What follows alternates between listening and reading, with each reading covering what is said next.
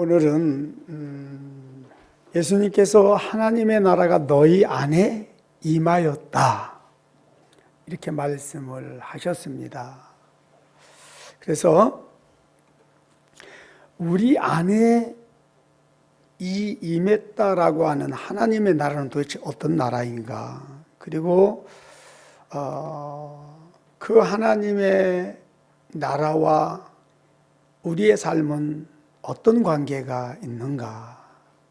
이 부분에 대해서 말씀을 좀 드리려고 합니다.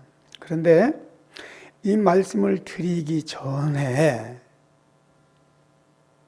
이 하나님의 나라에 있어서 어떤 결론적인 부분이라고도 할 수 있고 가장 중요한 부분을 먼저 하나 말씀을 드리려고 합니다.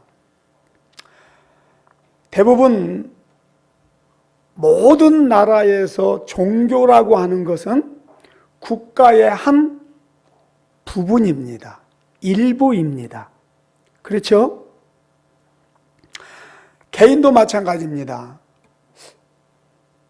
종교라고 하는 것은 내 삶의 한 부분이요, 내 삶을 위한 수단과 방법 정도로 이해를 하고 종교 생활들을 하고 있습니다.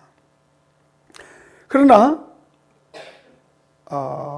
이스라엘은 전혀 다릅니다.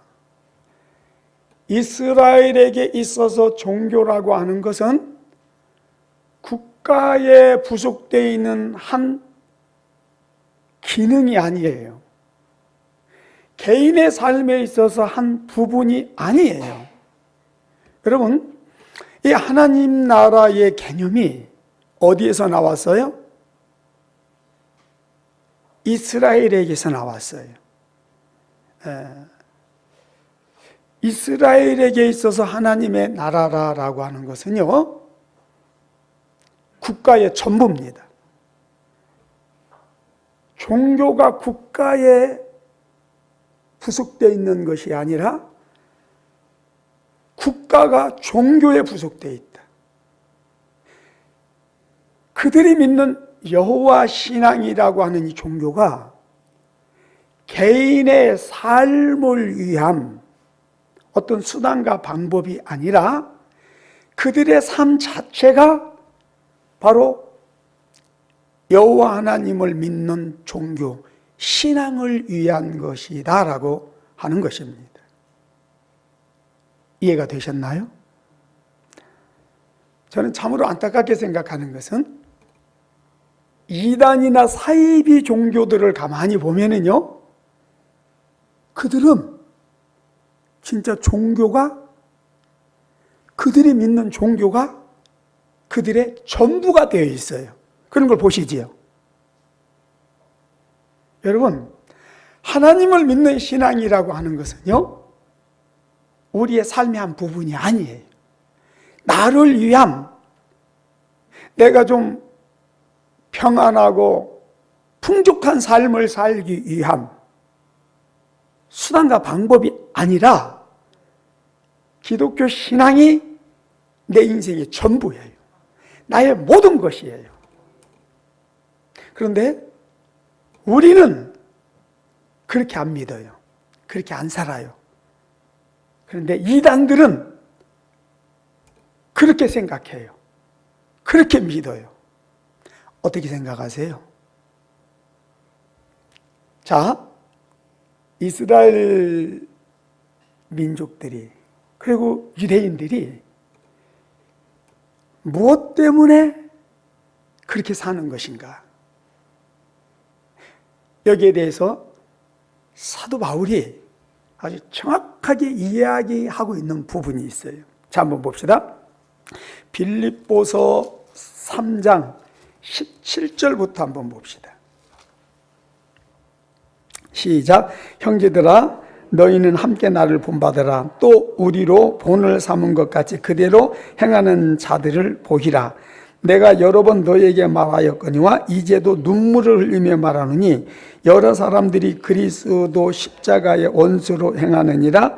저희의 마침은 멸망이요 저희의 신은 배요 그 영광은 저희의 부끄러움에 있고 땅의 일을 생각하는 자라. 오직 우리의 시민권은 하늘에 있는지라. 거기로서 구원하는 자 곧 주 예수 그리스도를 기다리느니. 이렇게 이야기를 합니다. 자, 우리의 시민권이 어디에 있다고요? 즉 우리는 어느 나라 백성이라고요? 하나님의 나라 백성이다. 자, 그리고 히브리서 11장을 한번 더 봅시다. 히브리서 11장 13절부터 한번 봅시다.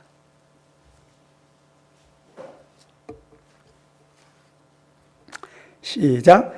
이 사람들은 다 믿음을 따라 죽었으며 약속을 받지 못하였으되 그것들을 멀리서 보고 환영하며 또 땅에서는 외국인과 나그네라 증거하였으니 이같이 말하는 자들은 본향 찾는 것을 나타냅니다. 저희가 나온 바 본향을 생각하였다면 돌아갈 기회가 있었으려니와 저희가 이제는 더 나은 본향을 사모하니 곧 하늘에 있는 것이라. 그러므로 하나님이 저희 하나님이라 일컬음을 받으심을 부끄러워 아니하시고 저희를 위하여 한 성을 예비하셨느니라. 아멘. 이 히브리서 11장의 믿음의 사람들은 뭘 생각하고 살았다고요? 뭘 바라보고 살았다고요? 하나님의 나라를. 근데 그 하나님의 나라가 이 믿음의 사람들에게 무엇이라고 말합니까? 본향이다. 이렇게 이야기를 합니다. 여러분, 우리는 하나님의 나라로부터 보냄을 받았고, 그리고 이 땅에서의 우리의 사명, 우리의 삶이 끝나면 다시 우리는 어디로 돌아가요? 우리가 왔던 그 본향, 그 영원한 천국 하나님의 나라로 우리는 다시 돌아가서 그 나라에서 영원히 사는 존재들이다. 이 사실을 꼭 기억하시기를 바랍니다. 물론 지금은 이제 이스라엘도 많이 타락했어요. 그래서 하나님의 나라의 의미가 희미해졌고 하나님의 나라를 많이 잊어버렸다라고 할 수가 있어요. 근데 여러분, 시간이 지날수록 이제 하나님의 나라에 대한 개념이 희미해질 겁니다. 우리의 기억 속에, 우리의 삶 속에 하나님의 나라라고 하는 이것이 이제 가면 갈수록 희미해져 갈 것입니다. 그러나 우리는 살아갈수록 반복적으로 되새김질하면서 절대로 잊어버려서는 안 되는 것이 바로 이 하나님의 나라다. 그래서 이 시간에 너무 중요하기 때문에 저를 따라서 한번 우리 큰 소리로 신앙의 고백적인 차원에서 이것을 한번 선포했으면 좋겠습니다. 내가 믿는 기독교 신앙이란 삶을 위한 수단이 아니라 내 삶의 목적이다. 내가 믿는 신앙은 내 삶의 한 부분이 아니라 내 삶의 전부다. 나의 본향은 하나님의 나라다. 나는 하나님으로부터 왔고 다시 하나님께로 돌아가는 존재다. 할렐루야. 여러분, 이것을요, 우리는 절대 잊어서는 안 돼요. 이것을 끊임없이 생각하며 되새김질 해야 돼요. 마귀는요, 우리의 생각 속에, 우리의 의식 속에 이것을 다 빼버립니다. 세상 것들을 통해서 이것을 생각하지 못하게 합니다. 그래서 하나님 나라에 마음을 두지 못하게 합니다. 하나님 나라를 생각하지 않고 하나님 나라에 마음을 두지 않는 것이 타락이고 부패입니다. 이 부분을 꼭 기억하시기를 바랍니다. 그리고 결론적인 부분 하나 더 말씀을 드릴게요. 어떤 사람들은 그래요.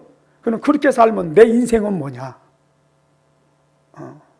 나도 내 삶이 있는 것이고 나도 내 만족을 위해서 살아야 될 자유가 있는데 내 삶 전체가 하나님께 속해 있고 하나님을 위해서 하나님을 생각하며 살라고 한다면 그러면 이 땅에서의 내 삶은 무엇이냐? 그렇게 생각할 수가 있습니다.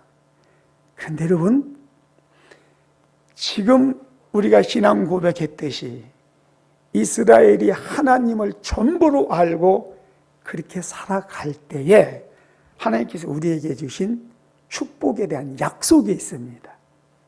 자, 먼저 신명기 28장을 한번 봅시다. 10절에서 14절까지 말씀을 먼저 봅시다. 10절부터 시작.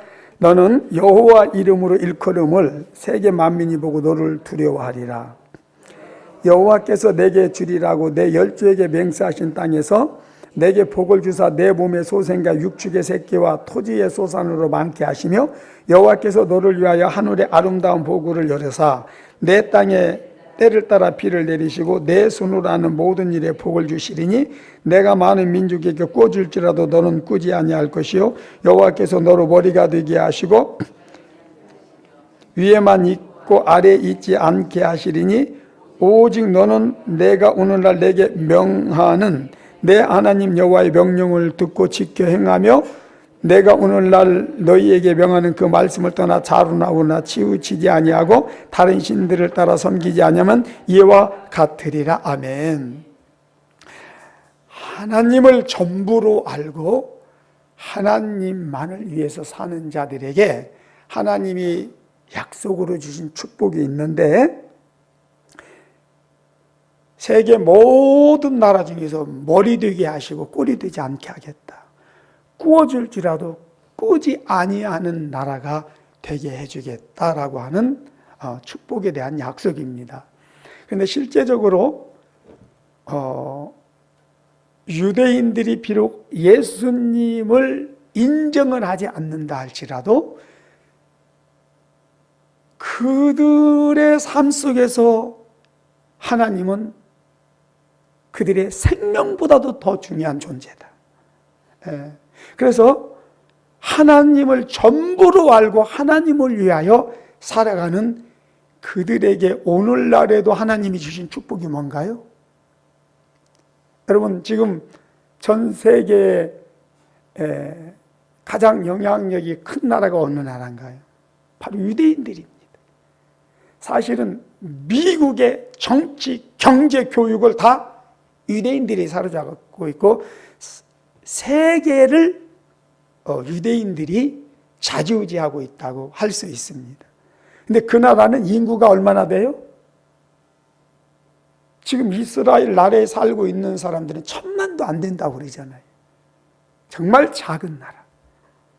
그럼에도 불구하고 하나님의 이 약속의 말씀대로 그들을 축복하시고 그들을 높이셔서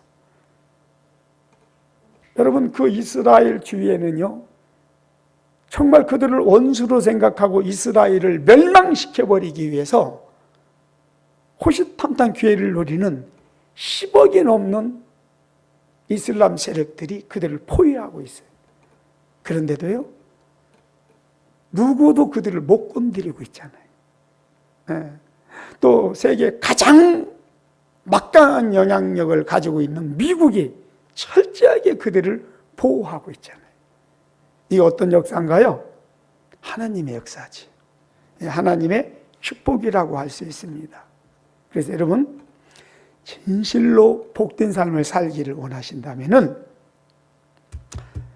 하나님을 여러분의 인생의 전부로 하시고 하나님을 위해서 살아가는 수 있기를 바랍니다. 성경은요 하나님의 나라에 대하여 여러 가지로 설명을 하고 있는데요 제가 그것을 좀 요약을 했습니다. 자, 성경이 하나님의 나라에 대하여 어떻게 설명하고 있는지를 먼저 확인을 좀 하도록 하겠습니다. 하나님의 나라란 하나님이 다스리고 통치하는 나라다, 이렇게 말씀하고 있습니다. 하나님의 나라에 법이 있는데 바로 하나님의 말씀이다. 그래서 하나님의 나라는 하나님의 말씀에 의하여 다스려지고 하나님의 말씀대로 이루어지는 나라가 하나님의 나라다, 이렇게 말하고 있습니다. 또 우주 만물이 하나님의 나라에 속해 있다, 이렇게 말합니다. 그리고 하나님의 나라는 말에 있지 않고 능력에 있다, 이렇게 말씀하고 있습니다. 그리고 오늘 본문에 하나님의 나라는 먹고 있고 마시는 것이 아니라 의와 평강과 실학이다, 이렇게 말씀하고 있습니다. 또 마태복음 10장에서 보면은 가라지의 비유, 또 겨자씨와 누룩의 비유, 그리고 밭에 숨겨진 보물의 비유, 또 값진 진주를 발견한 그 진주 장사의 비유, 그리고 물고기를 잡은 후 좋은 것과 나쁜 것을 고르는 비유 등 이렇게 다양하게 천국에 대해서 설명을 하고 있습니다. 특히 이 천국을 네 종류로 구분을 하고 있는데요. 하나는 예수님이 말씀하신 천국은 여기 있다 저기 있다 못하리니 너희 안에 임하였다 라고 하는 말씀 그대로 현세 천국, 이 땅에 우리 가운데 임한 천국을 현세 천국이다, 그렇게 이야기를 합니다. 그래서 하나는 현세 천국, 그 다음에 예수님이 그 강도에게 그랬잖아요. 오늘 내가 나와 함께 낙원에 들어가게 될 것이다. 그래서 낙원 천국이 있습니다. 그 다음에 예수님 재림 이후에 이루어지는 천년 천국, 요한계시록 20장에서 말씀하고 있죠. 그리고 천년 천국이 끝나면서 백보자 심판이 있고, 백보자 심판을 이제 마지막으로 영원 천국이 열리는데, 사실 그것이 천국의 본점이다. 우리가 돌아가서 영원히 살아야 되는 우리의 영원한 보양이다라고 할 수가 있죠. 그래서 요한계시록 21장과 22장에서 이제 영원 천국에 대해서 말씀을 하고 있습니다. 앞으로 이 성경이 말하고 있는 하나님의 나라, 그리고 이 네 종류의 천국에 대해서 좀 구체적으로 여러분들에게 설명을 드릴 겁니다. 근데 이제 오늘은 이 하나님의 나라와 관련해서 두 가지만 말씀을 드리도록 하겠습니다. 하나는 예수님께서 천국은 여기 있다 저기 있다 못하리니 너희 안에 있느니라 그랬습니다. 자, 우리 안에 하나님의 나라가 임했다라고 하는데, 그럼 우리나라 내 안에 임한 이 하나님의 나라는 어떤 나라인가, 어떤 성격인가, 이 부분을 알아야 됩니다. 자, 이 부분을 설명을 드리기 전에 여러분의 이해를 좀 돕기 위해서 한 가지 예화를 드리겠습니다. 우리나라 안에 있는 땅은 어느 나라 땅입니까? 우리나라 안에 있는 땅이든 사람이든 어느 나라 법과 통치를 받게 되나요? 네, 우리나라의 법과 통치를 받게 됩니다. 그런데 우리나라 안에 있지만 우리나라 법과 통치를 받지 않는 곳이 있습니다. 어디일까요? 왜? 외국 대사관들입니다. 우리나라에 미국 대사관이 있는데 비록 우리나라에 있지만 그들은 우리나라의 법과 법과 통치를 받지 않습니다. 그것은 취해법권지대로서 자기 나라 미국의 법과 통제를 받습니다. 그렇죠? 그러면 그 대사관에서 하는 일들이 있습니다. 어떤 일이죠? 여러분, 미국 대사관이 곧 무엇이다?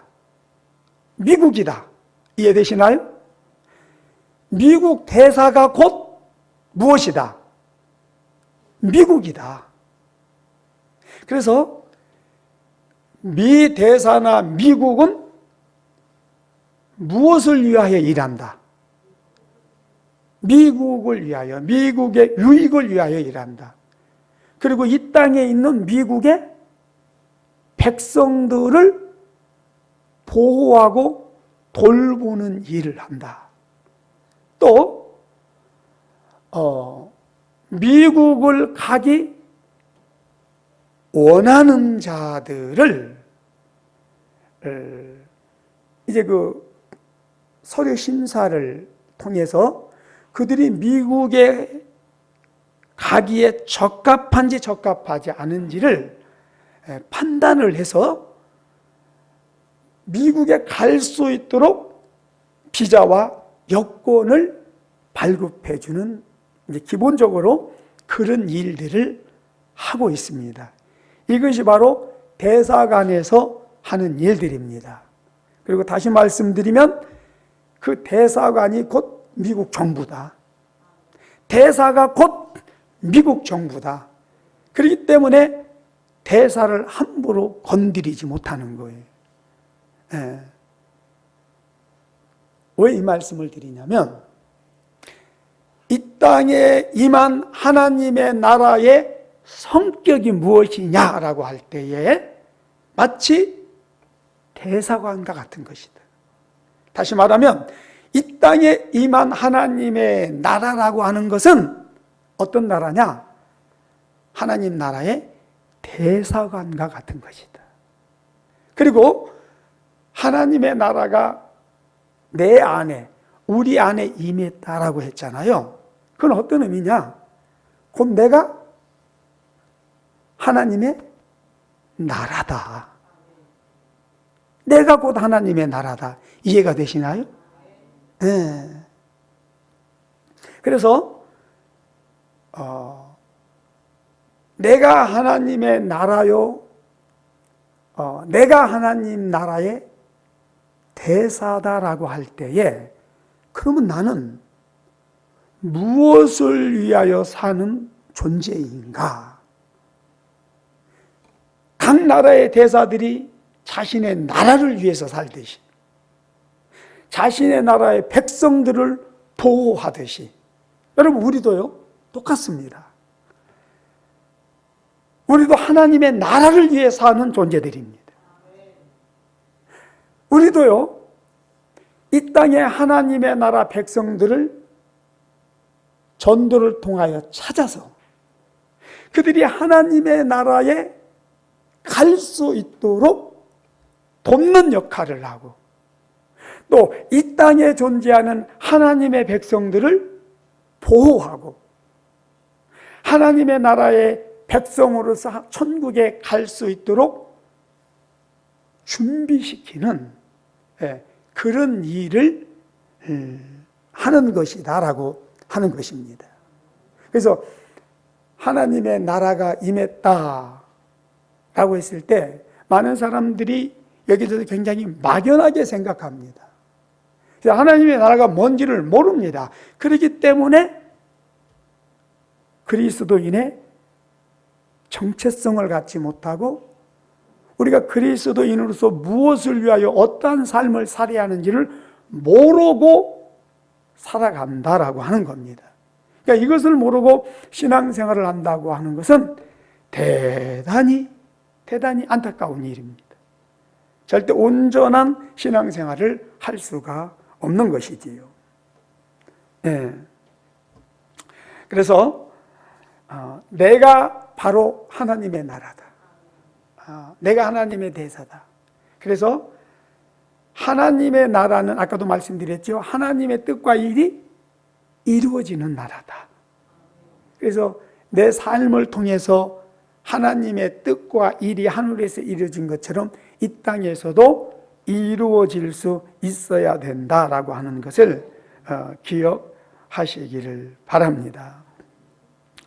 그리고 또 하나, 오늘 본문에 하나님의 나라는 먹고 입고 마시는 것이 아니라 의와 평강과 희락이라 그랬잖아요. 자, 그러면 여기에서 말하는 의와 희락과 평강이란 무슨 뜻이냐?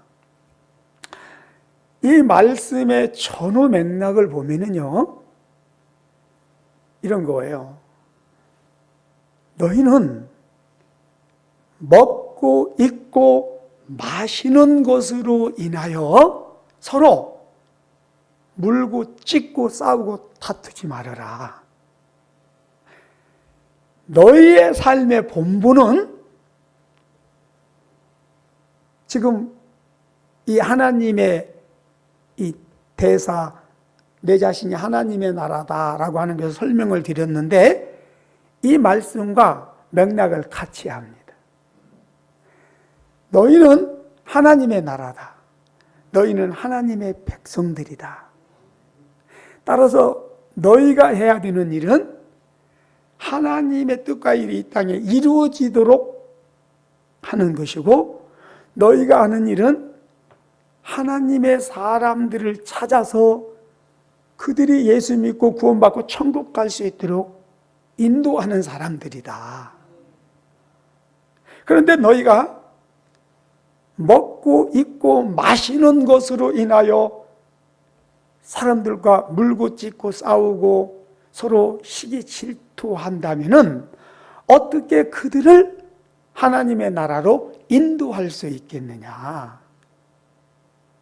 그러면서 하나님의 나라는 하나님의 의가 이루어지는 나라다. 그리고 하나님의 의가 이루어지는 그 나라는 먹고 입고 마시는 것 때문에 물고 찢고 싸우는 그런 나라가 아니다. 하나님의 나라는 하나님의 의 안에서 희락이 있고 화평이 있는 나라다. 자, 그렇다고 할 때 여기서 중요한 건 뭐냐면, 그러면 분명히 성경은 하나님의 나라가 너희 안에 임했다 그랬습니다. 그랬죠? 그러면 그 하나님의 나라는 하나님의 의가 실현되는 나라다. 그리고 하나님의 의가 실현된 그 나라에는 무엇이 따른다? 화평이 따르고 희락이 따른다라고 하는 거예요. 그럼 여러분, 여기서 우리 안에 하나님의 나라가 임했는지 안 임했는지 확인을 해야 되겠지요. 어떻게 확인할 수 있나요?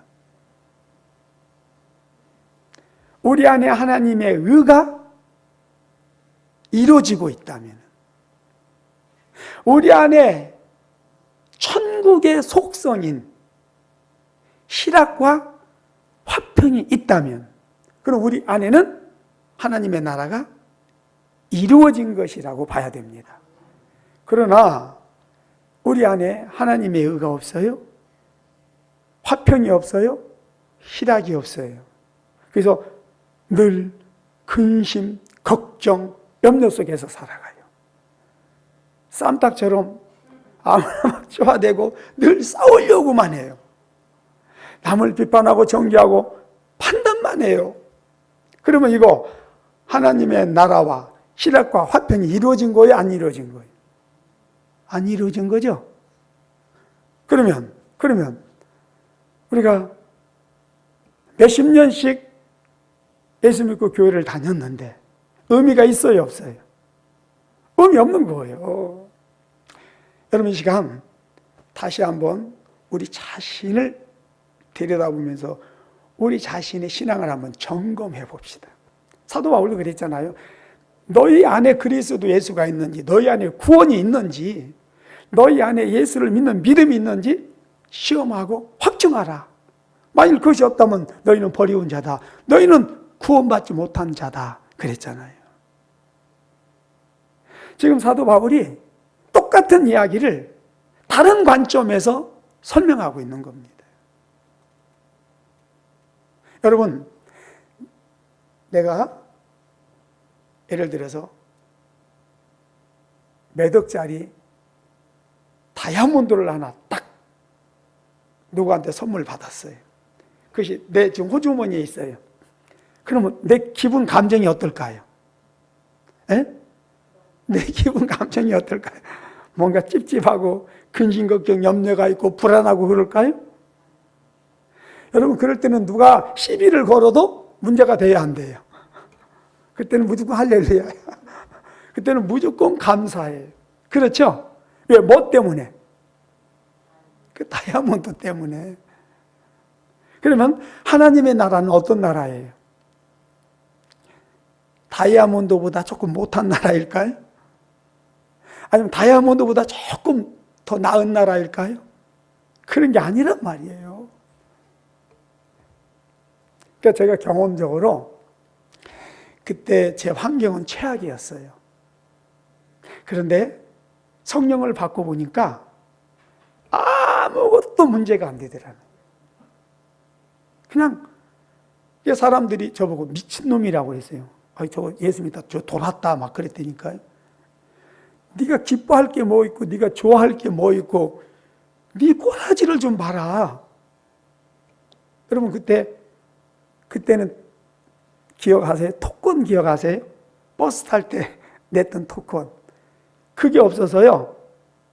걸어 다니고 그게 없어서요. 때로는요. 기사님 어디까지 가야 되는데요. 토큰이 없는데 좀 태워주세요. 그리고 다녔다니까요. 거치할 곳이 없어서요. 그 추운 겨울에 누가 잠자러 오라고 그래서 철회를 끝나고 갔더니 문을 안 열어줘. 그래가지고 어떻게 해요? 그 지하에 갔더니 그때는 연탄 보일러를 다 썼어요.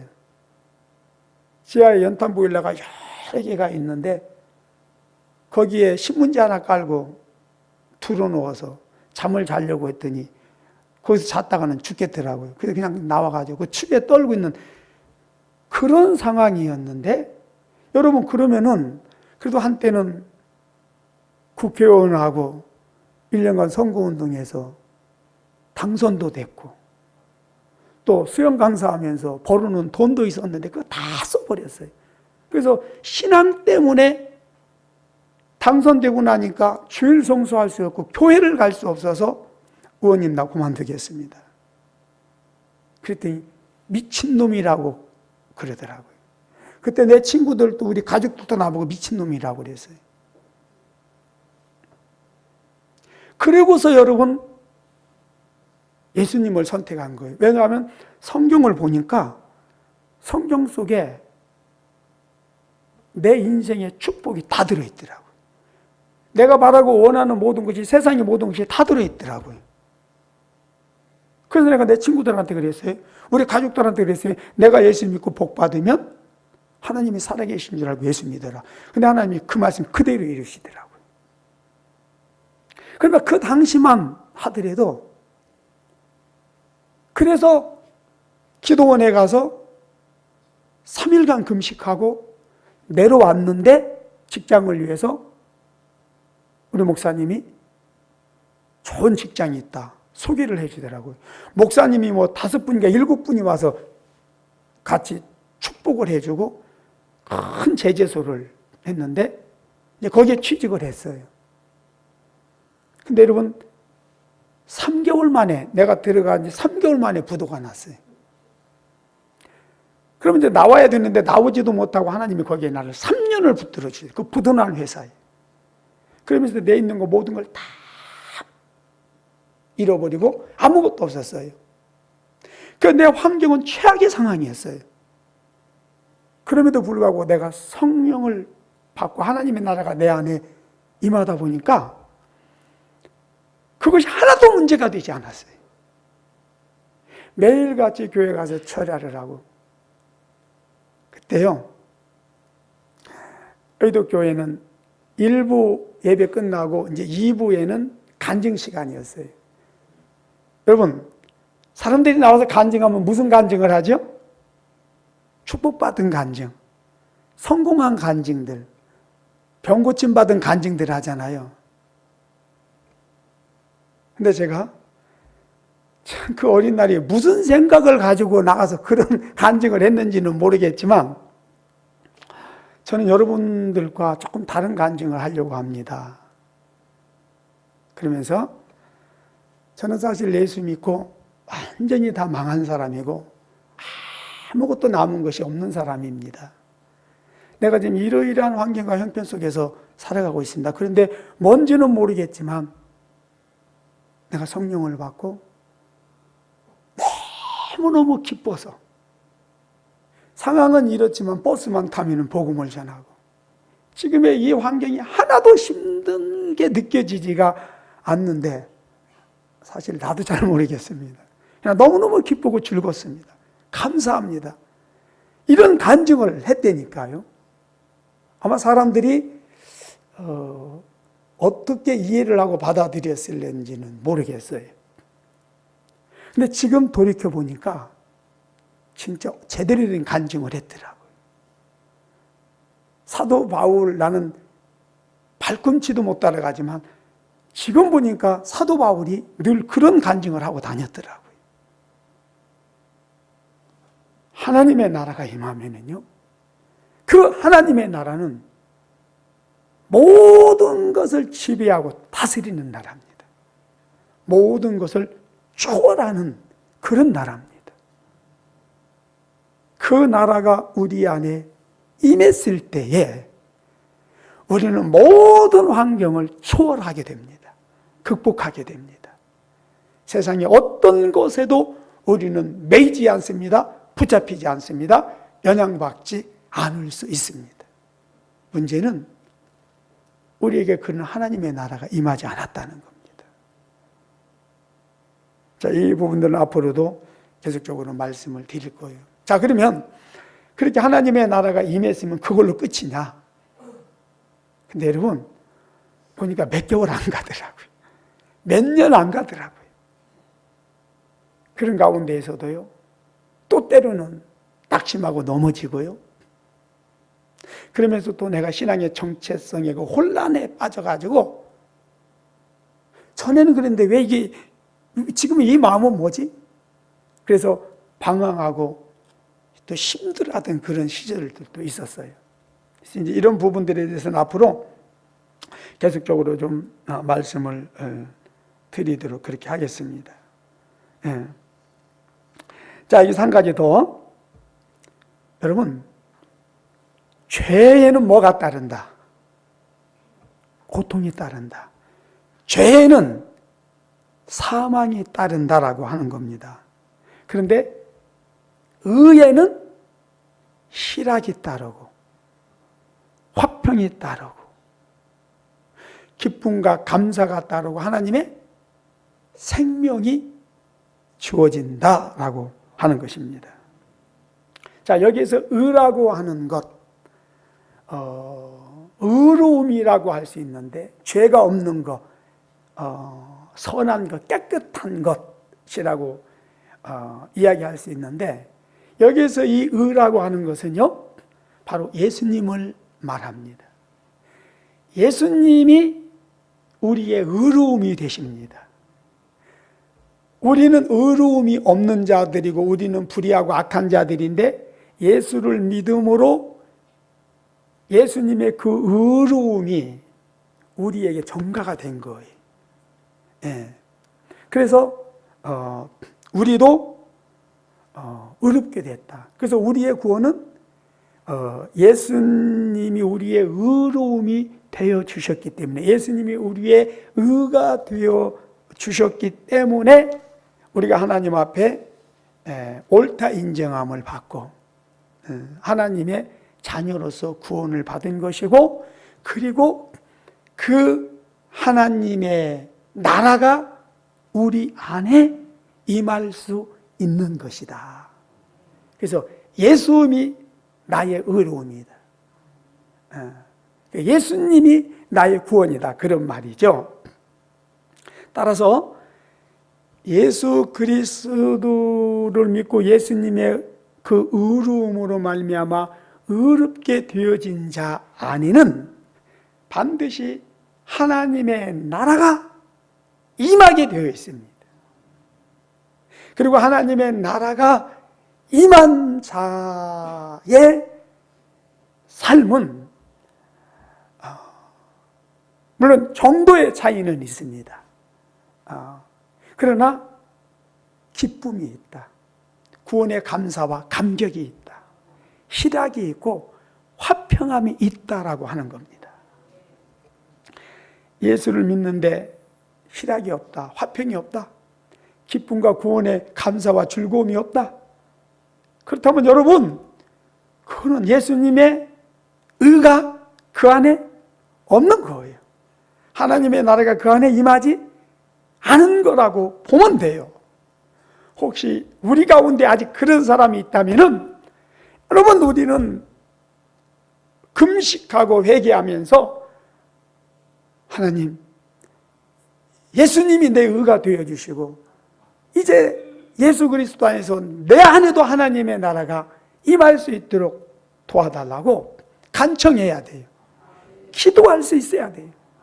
그리고 예수 그리스도 안에서 우리 예수 믿는 자들에게 임하는 그 하나님의 나라가 어떤 것인지를 우리가 경험할 수 있어야 돼요. 우리의 신앙생활은 여기서부터 시작이 되는 겁니다. 우리 신앙생활이 이렇게 되어져야 이 세상에 매이지 않고 이 세상에 우리가 빛과 소금의 역할을 감당할 수 있고 이 세상을 다스리고 통치하면서 우리가 하나님의 영광을 위하여 살아갈 수 있는 것입니다. 자, 마지막으로 아까도 조금 언급을 했습니다마는, 그러면 하나님의 나라가 임하면은 더 이상 어떤 근심도 걱정도 염려도 뭐 환난이나 고통도 없이 살아가느냐, 그게 아니라는 거 말씀드렸죠. 자, 사도 바울이 예수님의 의를 힘입어서 죄사함을 받고 사도가 되었습니다. 그리고 그 안에 하나님의 나라가 부분적으로 임한 것이 아니라 통째로 임했습니다. 그래서 그 자체가 하나님의 나라예요. 사도 바울이 움직이는 것은 하나님의 나라가 움직이는 거예요. 그래서 사도 바울이 움직이는 곳마다 하나님의 나라가 임하고 하나님의 나라가 전파되는 것을 보게 됩니다. 자, 또 하나님의 나라에는 누가 항상 함께 하실까요? 하나님이 함께 하세요. 근데 그 하나님이 성령으로 함께 하세요. 그래서 사도 바울의 그 삶 속에, 그 사역 속에 나타났던 그런 일들이 누구의 역사였어요? 성령의 역사였어요. 예. 그러면 사도 바울이 이제 우리의 잘못된 신앙의 개념으로 생각을 하면은 고난도 받지 말아야 되고, 그렇죠. 환난도 없고 핍박도 없어야 돼요. 근데 사도 바울의 삶이 어땠어요? 그는요, 하나님이 전부였어요. 그 자체가 하나님의 나라였고, 그 안에 임한 그 하나님의 나라 안에 하나님이 성령으로 함께 하셨어요. 자, 그럼에도 불구하고 그가 뭐라고 말하죠? 환난과 핍박과 굶주림과 매맞음과 추위와, 그래서 그는요, 고린도 서에서도 내 삶은 마치 만물의 찌꺼기와 같이 된 그런 삶이다. 너희는 내가 전한 복음으로 인하여 왕처럼 살아가고 있고 존귀하게 살아가고 하나님의 은혜를 받고 있지만, 그러나 나는 항상 매맞음과 굶주림과 핍박 속에서 나는 만물의 찌꺼기처럼 살아가고 있는, 티끌처럼 그렇게 살아가는 존재가 되어졌다, 그렇게 말을 합니다. 그럼에도 불구하고 그는 그 자신의 그 처한 상황, 그 삶에 대해서 한 번도 절망하거나 낙심하지 않았어요. 자기 삶에 대해서 내가 왜 이렇게 살아야 되는가, 그런 어떤 회의적인 생각을 갖지 않았다라고 하는 거예요. 그는 말합니다. 내가 먹든 마시든 죽든 살든 무엇을 하든 개념치 않는다. 다만 내가 바라고 원하는 것은 어떤 상황 속에서라도 하나님의 나라가 이루어지며 하나님의 뜻과 일이 이루어지며 하나님이 나를 통하여 영광을 받으시기를 원하며 내가 하나님의 기쁨이 되어지기를 원할 뿐이다. 이렇게 고백을 하고 있습니다. 그리고 그에게도 근심이 있었어요. 근데 그 근심은 오늘 우리들이 입고 먹고 마시는 것에 대한 근심이 아니라 하나님의 나라를 위한 근심, 하나님의 교회들, 하나님의 백성들을 위한 근심이었어요. 믿음으로 살지 못하고 하나님의 말씀대로 살지 못하는 그들을 보면서 영적으로 안타까워하고 했던 근심이다라고 하는 것입니다. 사도 바울은 어디를 가든지 그렇게 환영받지 못했어요. 가는 곳곳마다 핍박을 받았어요. 굶주렸어요. 그럼에도 불구하고 그는 한 번도 비굴해진 적이 없고요. 단 한 번도 자기 목숨을 부지하기 위해서 세상과 타협한 적이 없고요. 그는 세상에 매이지 않았어요.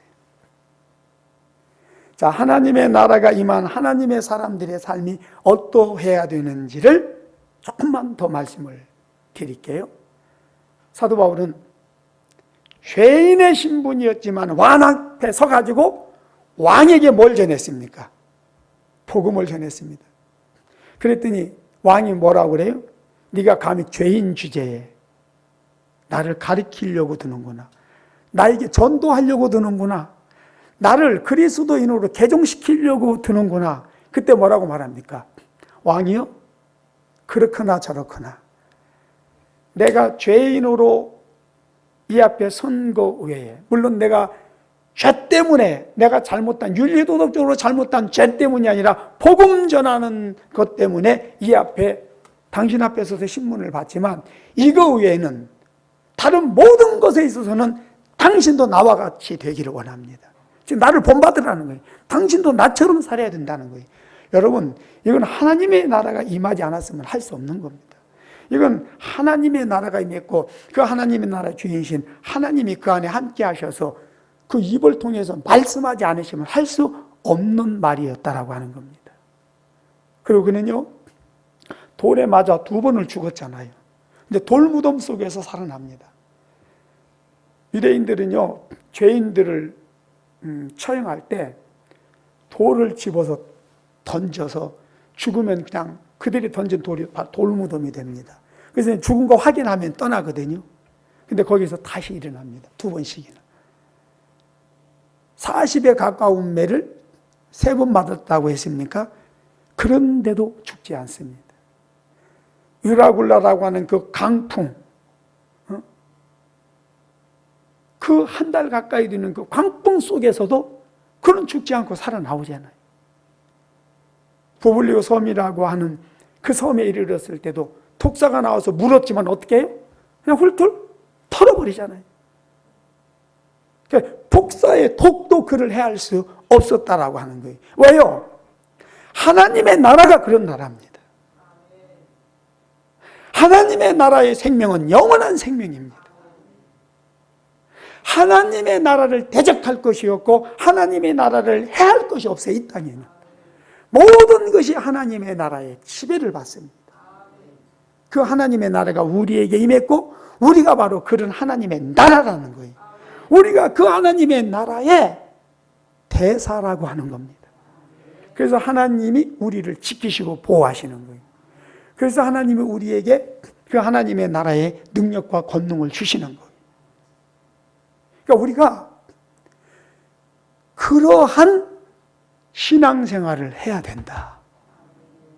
하나님의 뜻과 일이 하늘에서 이루어진 것처럼 이 땅에서도 내 삶을 통해서도 이루어져야 된다라고 하는 그 말은 그런 하나님의 나라가 우리에게 임했으니 그 하나님의 나라가 바로 내가 되었으니 이제 내 신앙생활 속에서 내 삶 속에서도 그런 역사가 일어나야 된다라고 하는 겁니다. 우선 너무 크게 생각하지 마시고 그냥 작게 우리가 기본적으로 해야 될 것이 있는데 그것은 내 안에 있는 병부터 내가 다스린다는 거예요. 내 삶에 있는 근심부터 내가 다스릴 수 있어야 된다라고 하는 거예요. 할렐루야.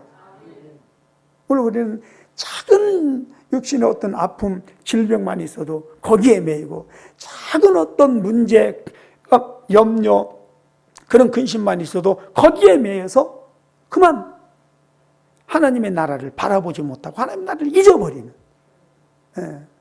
하나님은 신앙생활이 그냥 뿌리째 흔들려버리는 그러한 신앙생활들을 하고 있다라고 하는 거예요. 여러분, 이거는 기독교 신앙이 아닙니다. 이건 생명 없는 종교를 믿는 자들의 모습이에요. 생명이 없는 종교, 심지어 지옥 가는 그 이단이나 사이비들도 여러분,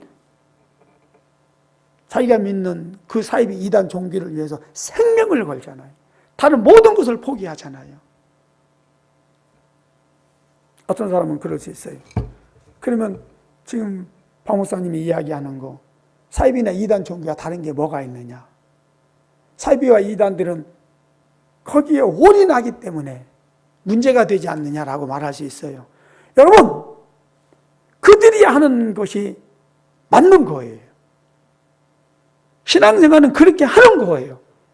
사도 바울이 그렇게 했고 예수님이 그렇게 했고 제자들이 그렇게 했고 성경이 우리에게 그렇게 하라고 말씀하고 있어요. 근데 우리가 그걸 잊어버렸어요. 우리가 그렇게 못하고 있어요. 그러다 보니까 사단이 이단들을 통해서 그렇게 함으로 이제 그렇게 신앙생활을 하는 것이 잘못되었다, 사단이 또 이렇게 오도를 해요. 그래서 우리로 하여금 그런 신앙생활을 하지 못하게 만들어요. 근데 사단이 왜 그렇게 할까요?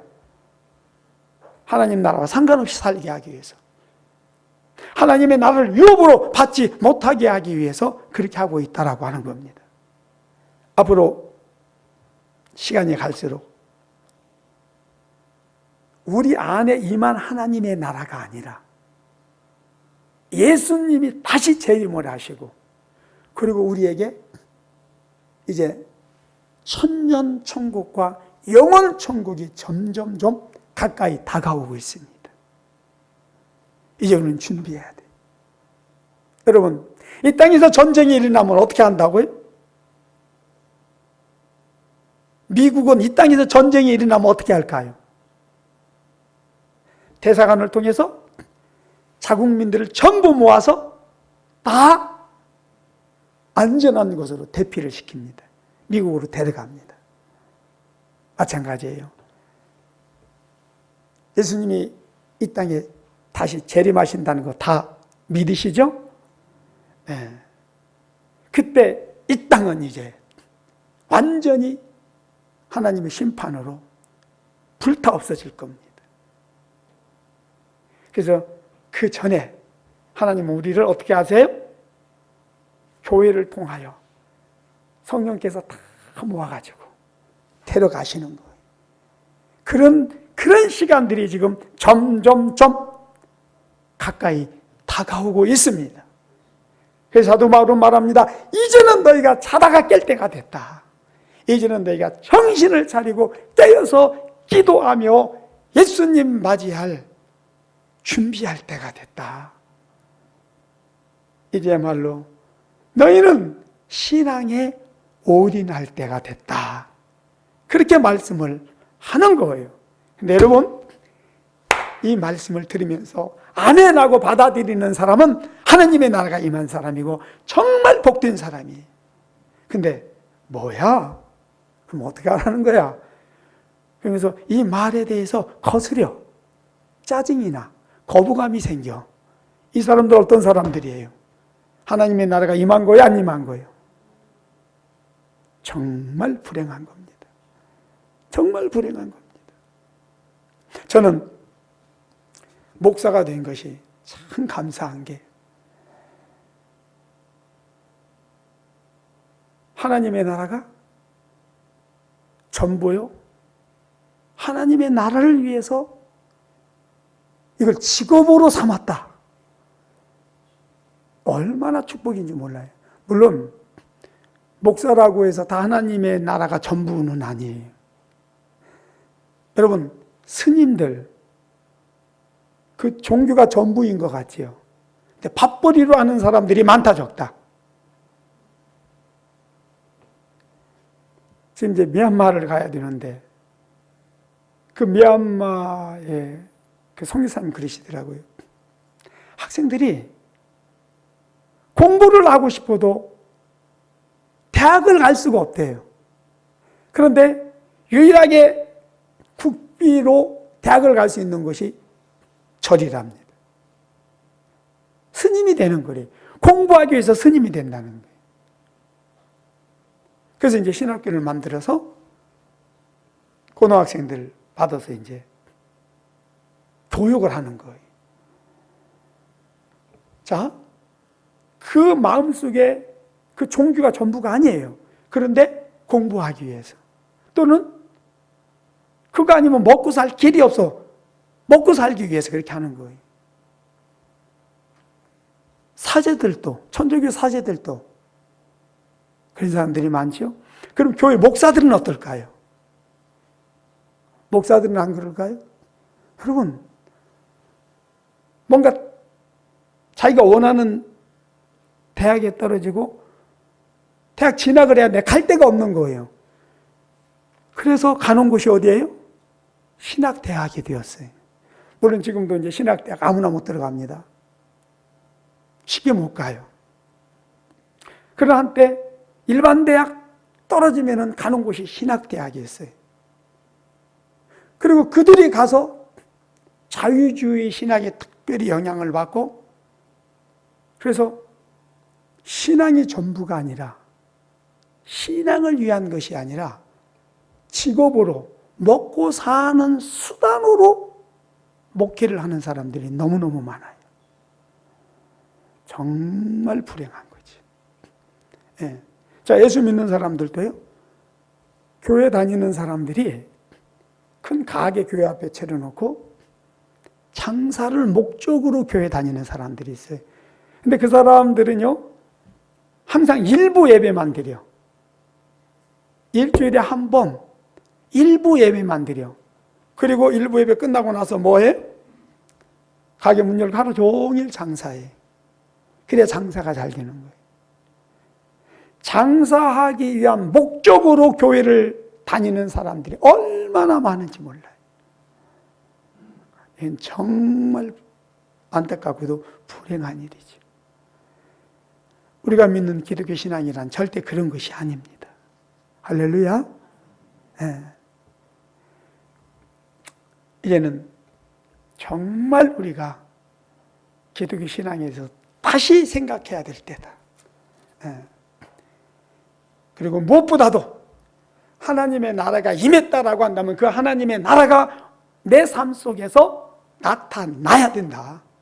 하나님의 나라가 내 삶 속에서 나타나야 된다. 실제적으로. 뭘로 나타나야 돼? 능력으로 나타나야 된다. 그 권세로 나타나야 된다. 예. 복음 전도로 나타나야 된다. 이런 은혜가 있게 되시길 주의 이름으로 축복합니다. 예.